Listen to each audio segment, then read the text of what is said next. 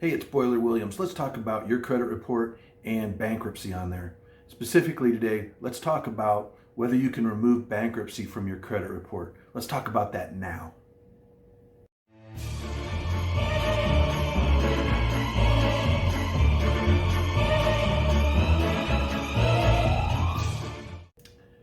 So bankruptcy on your credit report is a killer, right? Everybody knows that. It should be a killer, if you believe in the whole system, but I don't quite believe in the whole system. So let's talk about what you need to do to get credit repair done on your credit report if you have bankruptcy. So I would suggest to you that there's 3 things that you need to do. Let me discuss each of these 3 things at a super high level. And then if you want more information, please go to my training below. It's very reasonable considering what this bankruptcy is costing you and having bad credit, because bad credit is very expensive. So let's talk about it at a super high level. I'll give you my list of 3 things to do. Let's talk about bankruptcy and the 3 things that you need to do to get this off of your credit report. The 3 things that you must do, I'm going to talk about at a super high level here, and then I'm going to come back and add a little bit of meat to it. So the first thing you need to do is to freeze your LexisNexis account. We'll talk a little bit more about that in a sec. You need to dispute. You need to know how to dispute things on your credit report. If you don't know how to do that, you can take my class and it'll go through the dispute process. And then after you've disputed it, if it still doesn't come off your credit report, you need to position yourself to enforce what you've done. So if it doesn't come off, you need to be able to do something to get it to come off. So there's a second step in there, and that's enforcing what you've done. Bankruptcy is not like most debts on your credit report. It's a record of a legal proceeding and not a financial debt. So if you owe Chase Bank $4,000 and it's on your credit report, that should represent a debt. And bankruptcy, it just represents that you filed bankruptcy. So it's a little bit different, and it needs to be handled a little bit differently. Like I just explained, it was adjudicated. So it's a record of something that was adjudicated and not a debt. It should go without saying that you've never borrowed money from the courts, I don't think.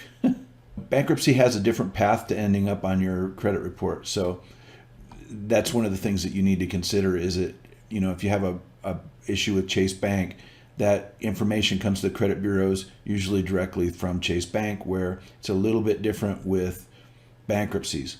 So bankruptcies are done in federal court. Some of the debt settlements and stuff are done in different courts, but at the highest level, bankruptcies are in federal court. You can look up bankruptcies on the federal court system, and the federal court system is called PACER.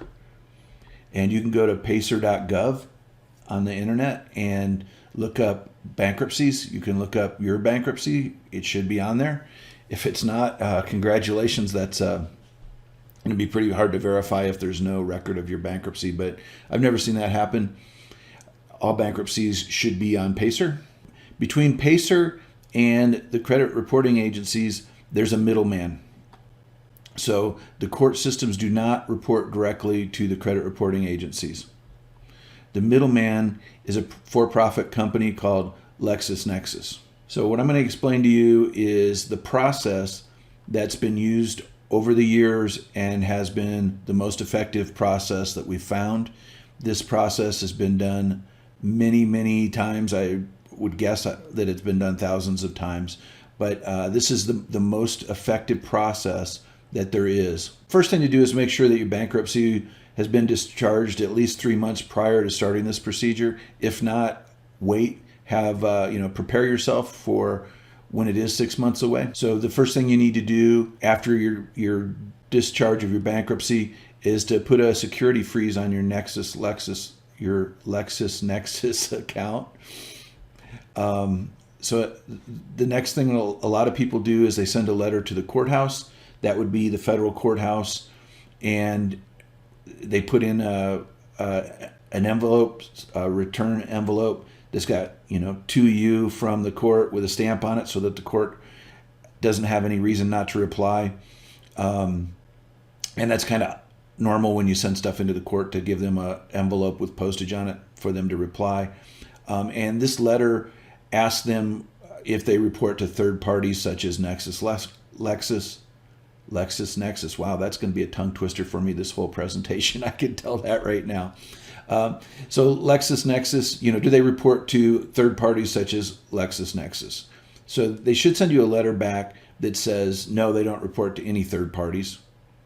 So that's the federal court that you send it to. A lot of confusion about that. Nobody really explains to you. That needs to go to the federal court. You could call the court clerk and get information if you need it on how to document that they don't report to a third party. Could you bring in a letter and have them sign it on the spot? Those type of things. And I've called the federal courthouse here in Denver, the clerk, probably 50 or 60 times in my life. And I got to tell you, it sounds intimidating, but my experience with the courthouse here in Denver is that they're wonderful people that just want to help, and couldn't ask more from them. It's kind of different than the local courthouse. If you go to the local courthouse, I think they're mean. I think those are some mean people that work here in my county, in Adams County, Colorado. But federal courthouse is a lot different. So think about that letter. That might be something that you want to present as evidence later. So dispute information that can be cross-referenced with the CRA. So on the CRA, there's a section that has your name and addresses. Get rid of all the old stuff on there. If you used to live on some street, dispute that you live there. And I wouldn't say that you lived there in the past tense. I would say currently. So I would say, I do not live there. Please remove it from my credit report. So what you're doing is you're eliminating things that can be cross-referenced. This is good for all debts, but it's especially important for bankruptcy because LexisNexis doesn't get your social security number when they get the information from the courthouse. They get your name and address. So if your name is different or your address is different, then it's very hard to verify the information. So think about what could be cross-referenced. In any event, you should be clearing out your name, old names, and old addresses from your credit report anyhow. So that's a big step to do that most people skip. So after you've done that, you've got rid of all the names that you need to on your credit report, file a normal dispute with the CRA, asking them to verify this information. And nothing special about it. Just send it in. As we discussed in my class, this is a very simple dispute. Don't make this one too fancy and don't overthink it. There's a simple remedy if that doesn't work. So if it comes back verified, you have remedies. Okay. A lot of people don't talk about the remedies. They just say that the dispute will work, and if it doesn't work, just try again and try again. Yeah, try the dispute a couple times. If you go beyond 3 disputes and it doesn't come off, then you need to change your plan, or you need to seek your remedy. So the first remedy is quite simple. So you can file a complaint with a CFPB. Go to the CFPB online, the Consumer Financial Bureau, and filing a complaint is pretty straightforward. File a complaint, put all your documentation on, attached to the complaint. So, if you do have a letter from the courthouse, this is where it would come in, where you can prove that this information wasn't verified because your LexisNexis account is frozen and the court doesn't provide information to anybody other than LexisNexis. So that's the first remedy. That one will usually work. The second one is to file a case in small claims court. So small claims court is a state court, and it is designed for normal people to be able to go in there and get their legal remedy. So if you have all of the documentation that we just discussed, you should be able to go into small claims against a credit reporting agency and force them to remove it.